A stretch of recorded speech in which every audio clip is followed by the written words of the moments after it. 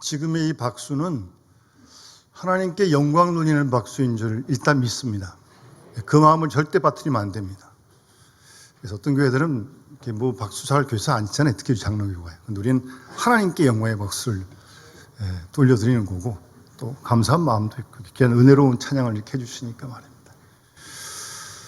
혹시 기억하실지 모르겠는데 성가 제목이 바울의 기도인데,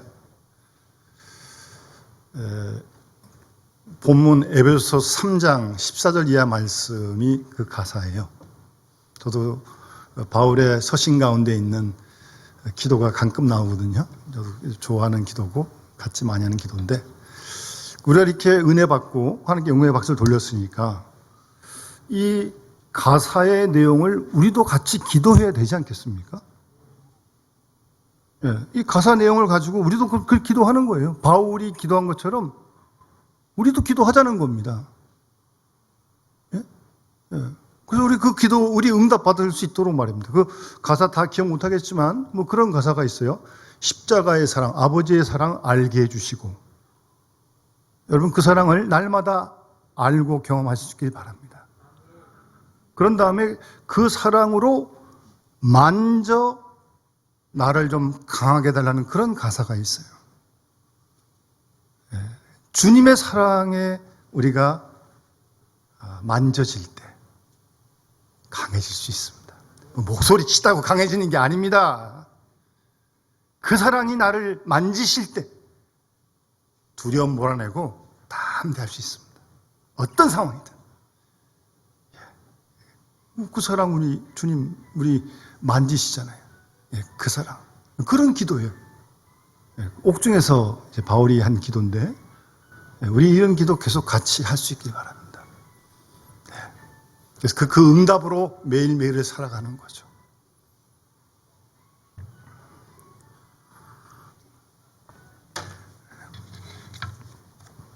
우선 만나서 같이 예배게 돼서 너무나 반갑습니다. 이게 뭐 당연한 게 절대 아니더라고요. 제가 지난주 1부, 2부, 오후 찬양 예배, 영상 예배를 3년 만에 처음 제가 드려봤거든요. 혼자 격리를 하면서. 그 좀 또 특별한 경험이 돼요. 오늘 이 자리도 영상으로 하는 분들이 제가 주일날 보니까 한 2부는 한 30여 명 되시더라고요. 그분들과도 주님이 함께 하실 줄 믿습니다. 좀 어려운 상황이지만 좀 아무래도 집중도가 교회보다 떨어지죠. 그러나 더 집중할 때 또 그곳에서 하나님 만나줄 줄 믿습니다. 우선 심려를 끼쳐드려 죄송하고요. 그리고 기도해 주시고 관심을 가져서 하여튼 다시 이 자리에 서게 돼서 감사한 마음뿐이고요. 사실은 아까 우리 장로 기도하셨지만 제가 지난주에도 교회에 이제 복귀해서 양성이 나왔다는 우리 교우들의 소식을 제가 들었어요. 그래서 오늘 못 나오신다고 전화 주신 분도 계시고, 또 그분이 못 나오니까 가족도 좀 조심해야 되는 거 아니겠어요? 그래서 또 못 나오신 분도 계시고, 어떤 분은 격리가 끝났는데 혹시라도 또 다른 교우들에게 좀 해가 될까봐 오늘 못 나오신다고 어저께 만나는데 또 그러시더라고요.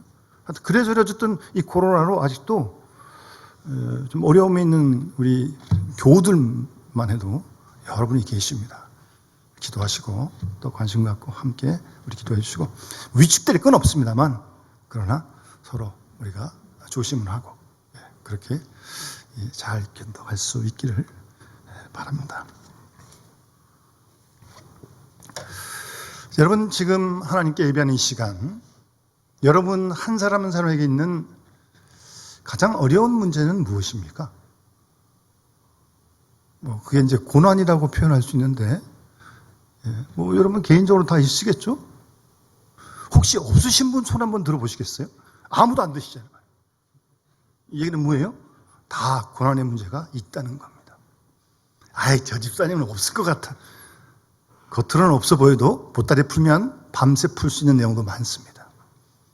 누구에게 말을 못할 그런 고난이 개인적인 것도 있고 사업적인 것도 있고 자녀의 문제도 있고 있습니다. 누구에게나 있습니다. 고난을 다 원치는 않지만 고난이 없는 사람은 없습니다. 그러니까 왜 나만 이런 고난 당하냐? 절대 그런 생각하지 마십시오. 말 안 해서 그렇지 말 못해서 그렇지 누구에게나 작고 큰 고난, 어려움은 언제나 있습니다. 하나님 나라 가시면 다 끝날 줄 믿습니다. 거기까지 가는 이 땅에서 나그네 길에서는 절대 고난은 끊이지 않습니다. 그게 우리가 경험하는 바고 하나님의 믿음의 사람들이 성경에서 그걸 다 겪지 않았어요. 어느 누가 평탄한 길을 꽃길을 가는 사람이 누가 있어요? 아브라함이 있습니까? 이삭이 있습니까? 야곱이 있습니까? 요셉이 있습니까? 바울이 그랬습니까? 베드로가 그랬어요. 어느 누구도 그런 사람 없어요. 다 이 고난 가운데서 하나님 붙들고 하나님 의지하고 기도하면서 이게 기록이 성경의 기록 아닙니까? 우리도 마찬가지라는 거죠. 고난 있습니다. 하나 끝난 듯 싶으면 또 찾아오고요. 물론 어떤 고난 중에는 우리가 잘못했기 때문에 당하는 고난 분명히 있습니다. 그럼 내가 법을 어겼으니까 응당 대가를 치러야죠. 그건 억울할 것도 없습니다. 그런데 내가 잘못 안 해도 고난은 찾아옵니다. 그런 고난이 얼마나 많습니까? 나와 아무런 관계가 없는, 근데 그런 어려움이 있어요. 여러분 잘 아시는 욥이 어떤 사람이에요? 욥기 1장 1절에 보시면 욥이라 부르는 사람이 있는데 온전하고요, 정직하고요, 하나님을 경외하고 악에서 떠난 사람이에요. 오늘날 이런 사람들만 있으면 세상이 이렇게 시끄럽겠습니까? 예? 온전하고요, 정직하고요, 하나님을 경외하고요, 악에서 떠났어요. 악에서. 이러한 욥이 그런데 얼마나 많은 무수한 고난을 당합니까? 욥기 보면. 예? 이 고난은 욥이 죄를 져가지고 당한 고난이 아니잖아요. 죄를 짓지 않아도 고난 분명히 있습니다. 그러니까 우리가 고난을 당할 때 물론 우리 일을 돌아봐야지. 일단 죄진 게 있으면 회개하고, 또 죄진 게 아닌데도 고난이 있다면 견뎌내야죠. 예, 견뎌내야 합니다.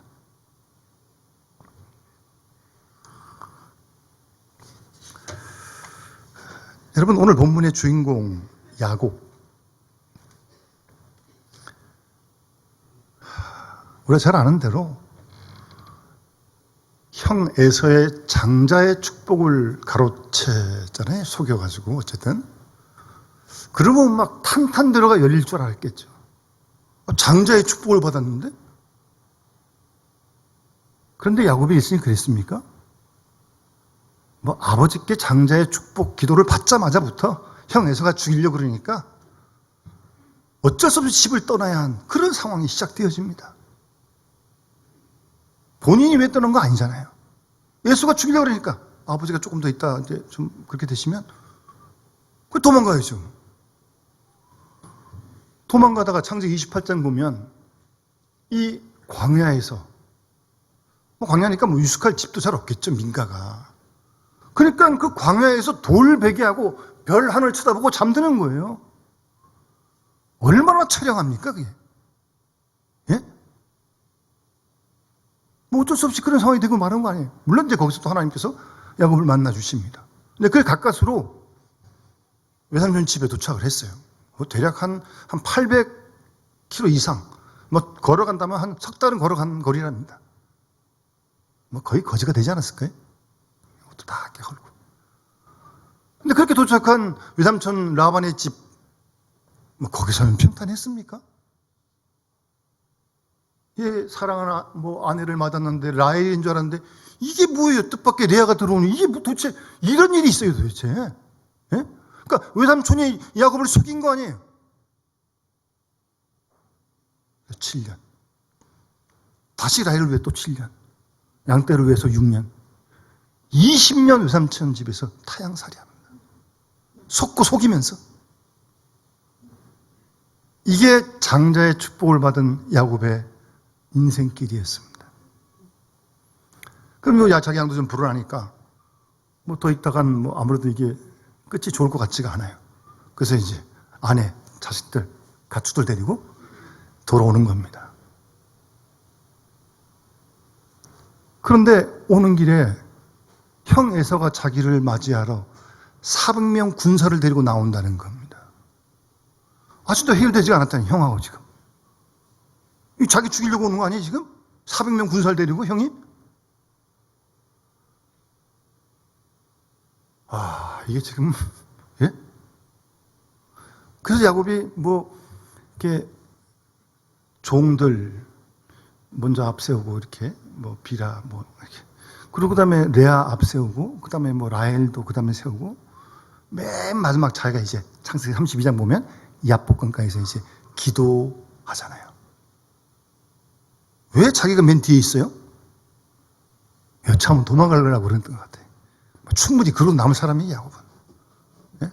이게 한때 두때에서 야곱 형에서의 마음이 안 누그러지면 분명 자기는 이제 뒤로 튀려고. 성경에 안 써있지만 야곱은 충분히 그럴 사람이에요. 어쨌든 그런 상황에 막 하나님의 천사하고 씨름하다가 하나님이 져주시잖아요. 환도벽을 치셔가지고 이제 절고 어쨌든 그것을 브니엘이라고 하는 그런 장소로 다시 부르게 되면서 정말 극적으로 그 기도의 응답으로 형 에서와 화해가 이루어지게 됩니다. 예? 싸움 없이. 정말 하나님의 은혜죠.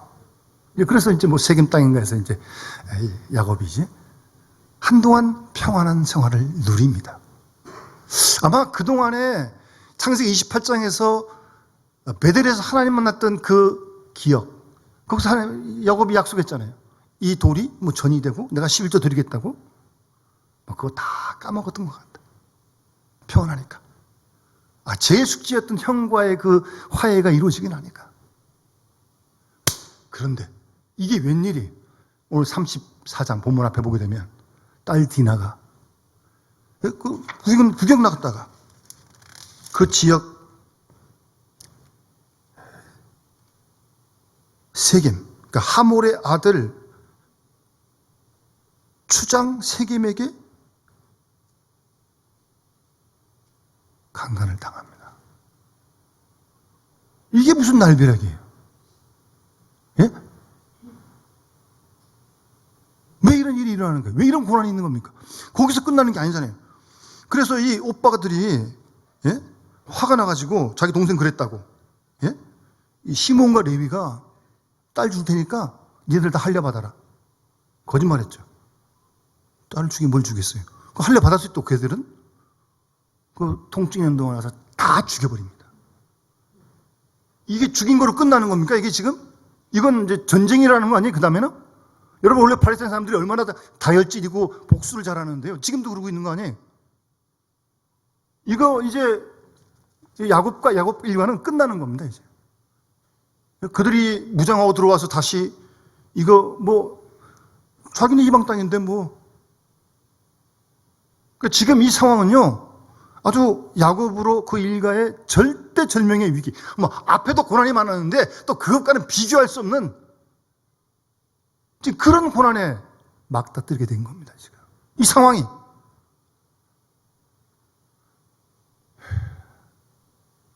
정말 야곱으로서는 어떻게 해볼 수 없는 지금 고난이에요. 이 고난은. 야곱이 뭐 하겠어요 여기서 지금. 그 이방 민족들이 다시 모아가지고 쳐들어와서 복수를 하면 다 죽는 거 아니에요? 다 뺏기고. 정말 절대절명의 고난과 위기에 지금 처한 상황이 지금 딱 오늘 이 본문이에요.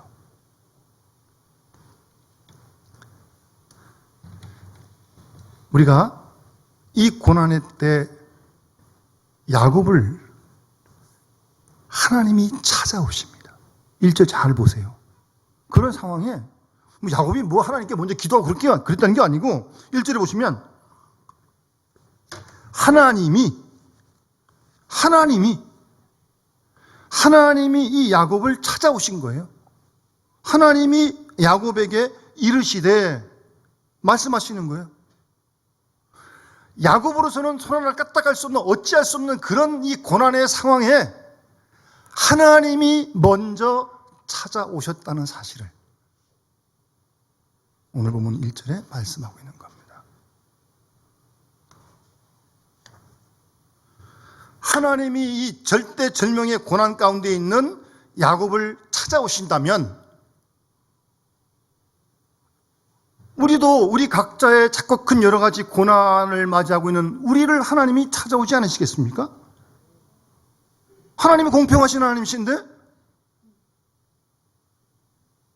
그 사실을 우리는 잊지 말아야 합니다. 찾아오십니다. 야곱을 찾아오시다. 야곱만 찾아오셨어요? 열왕기상 19장에 보면 여러분 아시는 그 엘리야, 이 바알의 선지자들과 함께 정말 불로 응답받던 그런 엘리야가 이세벨이 죽이려고 그러니까 두렵잖아요. 그래서 광야로 들어갑니다. 그래서 로뎀 나무 아래에서 죽기를 하나님께 구합니다. 하나님 넉넉합니다. 내 생명 취하십시오. 죽여달라는 거예요. 지금 이세벨에게 죽니 하나님께 죽겠습니다. 그 말 아닙니까 지금? 근데 그러다가 로뎀 나무 아래에서 엘리야가 누워 잠들었어요. 그런데 하나님의 천사가 이 엘리야를 어루만지십니다. 이렇게 타치를 하시는 거예요. 이렇게. 어루만지시는 거예요. 뭐라고 말씀하시냐? 일어나서 먹으라. 뭐 광야 나오느라고 뭐 얼마 동안 먹지도 못했는 것 같아요. 숯불에 구운 떡과 한 병 물이 있었어요. 그걸 마시고 또 피곤해서 또 누웠어요. 다시 또 천사가 엘리야에게 와서 또 오르만지면서 일어나 먹으라. 왜요? 이거 먹어야 너 갈 길 호렙까지 다 갈 것 같으니까. 참 자상하신 하나님이십니다. 떡, 물 이렇게 또 오르만져 주시면서 일어나 먹으라고요. 그래서 이제 호렙산까지 가서 이제 엘리야가 굴에 들어갔어요. 하나님이 엘리야야, 네가 어찌하여 여기 있느냐? 물으시니까 뭐 열심히 특별한데 뭐 하여튼 이스라엘 백성들이 언약 버리고 뭐 선지자 죽이고 나 혼자 남아가지고 지금 여기 있다고. 예? 그런 이제 푸념 뭐 하여튼 사실을 다 얘기를 하는 거죠. 나 죽이려고 그러니까 내가 지금 이렇게 도망온 거 아니에요. 그래서 거기에 보니까 하나님께서 나타나셔서 크고 강한 바람 가운데 계시지 않고 지진 가운데 계시지 않고 지진 위에 불도 있었는데 불 가운데 계시지 않고 불 후에 세미한 소리로 엘리야에게 내가 어찌하여 여기 있느냐? 또 하나님께서 엘리야를 찾아가셔서 말씀하십니다. 한 번도 아니고 두 번도 아니고 세 번 이렇게. 여러분 마태복음 14장에도 제 아들이 배를 타고 가다가 풍랑을 만나서 막 지금 뭐 배가 뒤집힐 위기에 있는데 주님이 무리를 걸어오시잖아요. 예? 무리를 걸어오시잖아요. 안심하라 나다 두려워하지 말아라. 여러분 어떤 고난이 있습니까? 어떤 문제가 있습니까? 왜 풀리지 않습니까? 그 순간 잊지 마실 것은 하나님이 그 자리에 여러분을 찾아오신다는 사실을 잊지 마시기 바랍니다.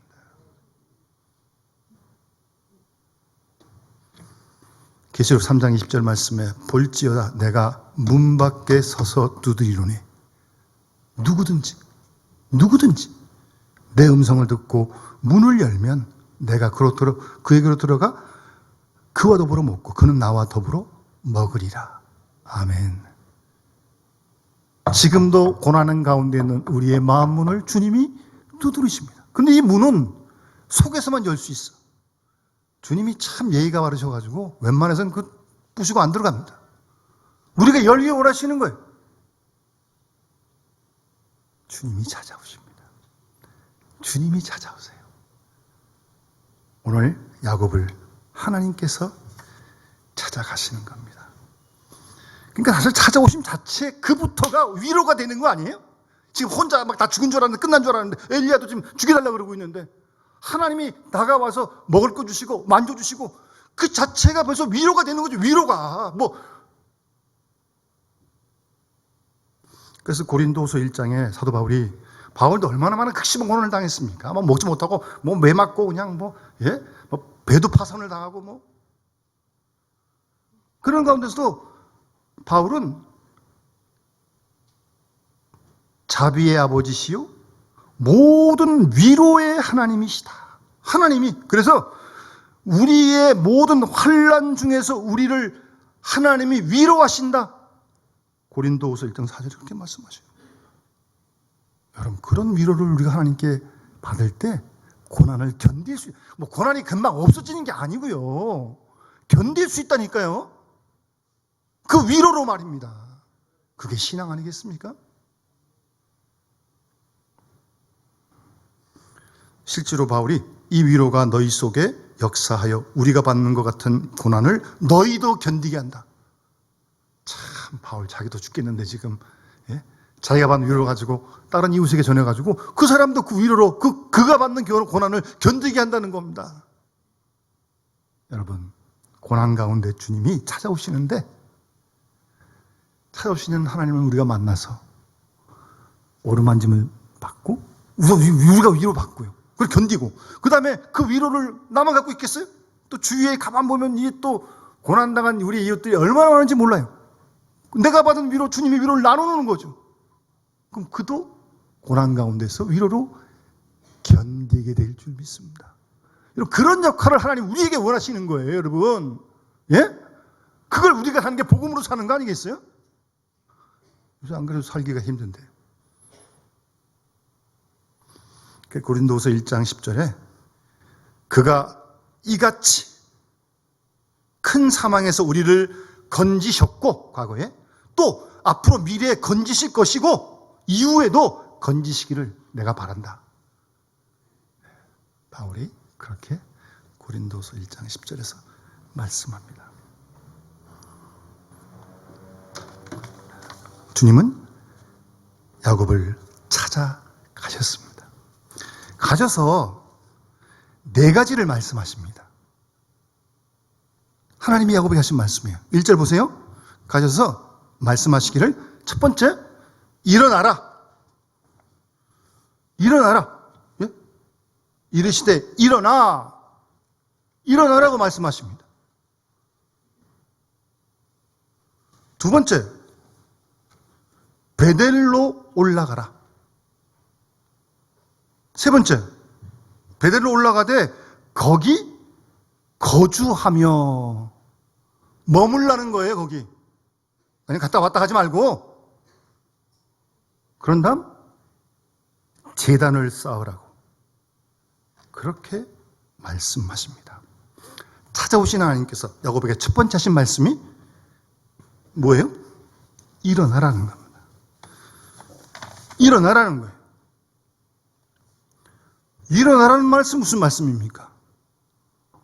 너 지금 고난에 눌려가지고 주저앉아 있지 말고, 퍼져 있지 말고, 낙심하지 말고 그 자리에서 일어나라는 거예요. 여러분, 사람이 약해서 갈대와 같은 거 아닙니까? 고난이 이렇게 큰 고난도 아닌데도 주저앉고 있는데 무슨 조그만 어려운 일이 있어도 그냥 마음이 상심이 돼가지고 낙심이 돼가지고 그냥 사람도 만나기 싫고 아무것도 하기 싫고 그냥 그런 게 사람 마음 아니에요? 혼자 갇혀 있고 대인도 기피하고 의기소침해가지고 말입니다. 남이 이런 걸 아니까 부끄러워서 하기도 그런 마음도 들기도 하고 꼼짝을 안 하는 거예요. 누구도 안 만나는 거예요. 그거 아니라는 거예요. 일어나라는 거예요. 주저하지 말고 낙심하지 말고 죄를 지으면 회개하고. 우리가 작년인가 우리 다니엘 기도회 때 어떤 그 연예인이 이 복음성을 불렀는데, 이 세상을 살아가는 동안에 나의 힘을 의지할 수 없으니 기도하고 낙심하지 말 것은 주께서 참 소망이 되심이라. 여러분, 어차피 세상 살아가는데 내 힘 의지 못합니다. 내 힘 가지고 해결 다 할 수 없어. 안 되는 거 알잖아요. 세상의 것도 도움이 안 돼요. 그래서 기도하고 낙심하지 않는다는 거예요. 일어난다는 거예요. 주께서 함께 하시니까요. 주님이 함께 하시니까요. 그것이 나의 꿈이 하나님의 비전이, 하나님의 꿈이 내 비전이 되고 예수님의 인격이 내 성품이 되고 성령님의 권능이 내 능력이 되기를 바라고 원하고 기도합니다. 낙심하지 마세요. 낙심하지 마세요. 낙심이 될 수밖에 없죠. 그러나 낙심하지 마세요. 주저앉지 마세요. 일어나라고 말씀하십니다.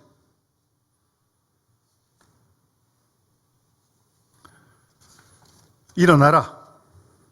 일어나라고 말씀하십니다.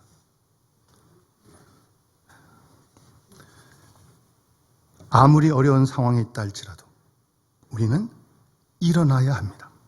하나님은 우리가 처한 고난의 상황에 굴복하기를 원치 않습니다. 위기에 넋을 빼앗기고 혼비백산한 그럴 이유도 없습니다. 일어나십시오. 하나님을 의지하고 하나님을 힘입고 기도하는 것입니다. 일어나라! 라고 말씀하십니다. 그리고 베델로 올라가라고 말씀하십니다. 베델, 창세기 28장의 그 베델, 하나님의 집 베델.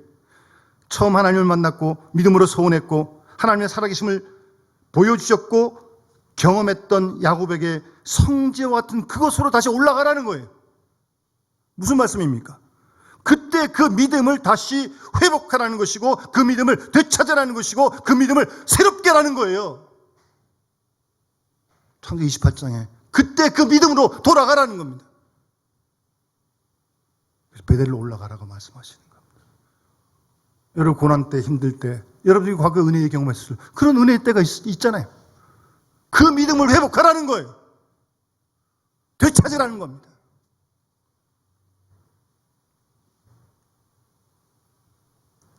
그리고 베델로 올라가는 거로 끝나는 게 아니라니까요. 잘 보세요.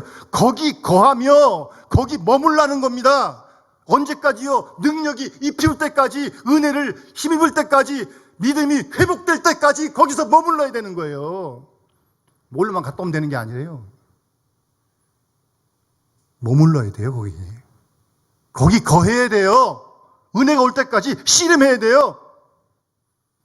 올라간다는 것으로 만족하지 마십시오. 올라갔으면 은혜를 힘입고 능력을 힘입고 우리 지친 영혼이 삐뚤어진 영혼이 약해진 영혼이 회복되어질 때까지 머물러 있어야 돼요. 그전에 내려오면 안 됩니다. 예수님께서 부활하셔서 제자들에게 뭐라고 말씀하십니까? 예루살렘을 떠나지 말고 성령, 하나님 주님이 약속하신 성령이 임할 때까지 거기서 떠나지 말고 기다리라고 말씀하시잖아요. 기다리고 기도하다가 사도행전 2장에 마가의 다락방에 오순절 성령 강림 사건을 경험하지 않습니까? 전심으로 기도했어요. 모여가지고 거기 머물러가지고요. 그 시간이 필요한 겁니다, 여러분. 우리가 너무 다 조급해가지고 한 번에 다 될 줄 알아. 다 되면 물론 좋죠. 안 되면 될 때까지 기다려야지. 되지도 안 되고 내려가면 되겠어요? 회복도 안 되는데. 회복도 안 돼가지고 일만 하면 되겠어요? 안 되죠. 큰일 납니다. 일이 먼저가 아니라니까요. 내 믿음의 회복이 먼저지.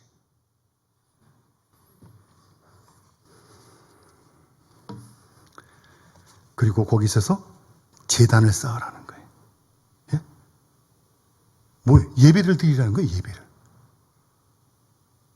거기 거하면서 베델로 올라가서 거기서 제단을 쌓으라고 그렇게 하나님께서 말씀하십니다. 내가 하나님을 만났던 베델의 자리가 예배의 자리가 되어야 한다는 말씀입니다.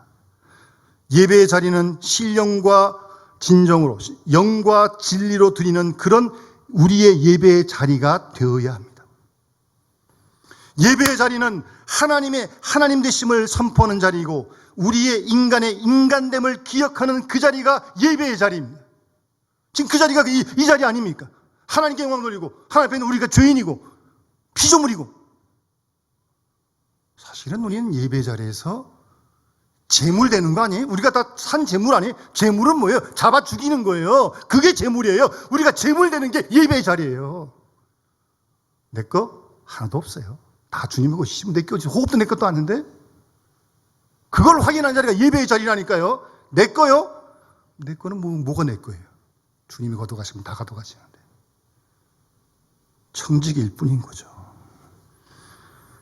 그런 은혜를 경험한 자리, 그 예배, 그 예배 자리, 그 예배, 그 제사를 드리라고 하나님께서 야곱에게 말씀하십니다. 그래서 야곱이 하나님의 말씀을 듣고 그 말씀대로 순종을 합니다. 누구 말씀이라고 순종치 않겠습니까? 2절에 보십시오. 야곱이 자기 집안 사람과 자기와 함께 모든 자에게, 근데 이 베들로 올라가는데 그냥 올라가는 게 아니에요. 잘 보세요. 너희 중에 있는 이방 신상들을 버리고 자신을 정결케 하고 너희들의 의복, 옷을 바꾸어 입으라. 그러고 베들로 올라가자는 겁니다. 그냥 타박타박 올라가는 게 아니에요. 두 손에 가득 쥐었던 이방 신상들, 우상들, 이거 버리고. 이방 신상 그러니까 뭐 생각나는 거 없어요? 모르긴 해도 성경에 안 써 있지만 이때까지 라헬은 드라빔이라고 하는 아버지 집에서 훔쳐나온 아마 그거 우상 들고 있었던 것 같아요. 야곱이 버리한 적도 없고 라헬이 버린 적도 없고 성경에 보면. 근데 여러분 이 드라빔이라는 건요 단순한 우상이 아니라 그 당시에 사회에서는 그 드라빔을 가지고 있으면 이게 무슨 그 아버지의 재산이 자기에게로 넘어오는 듯한 뭐 인감 도장 같은 뭐 예를 들어서 그런 고란이 있는, 그러니까 그걸 라헬이 들고 나오지. 그걸 뭘 들고 나오겠어요? 그거 가지고 있으면 아버지 재산이 자기한테 오니까. 그 여태껏 버리지 않고 가지고 있었던 것 같아요. 그런데 베들로 올라가기 위해서 우상 신상, 우상 이방 신상 다 버리라는 거예요. 그리고 베들로 올라가야 되는 거예요. 이거 지금 못 갑니다. 예? 뭐 하나님도 좋고 세상도 좋고 하나님도 좋고 돈도 좋고 그건 안 돼요. 베들로 못 올라갑니다. 다 우상 이방 신상 버려야 합니다.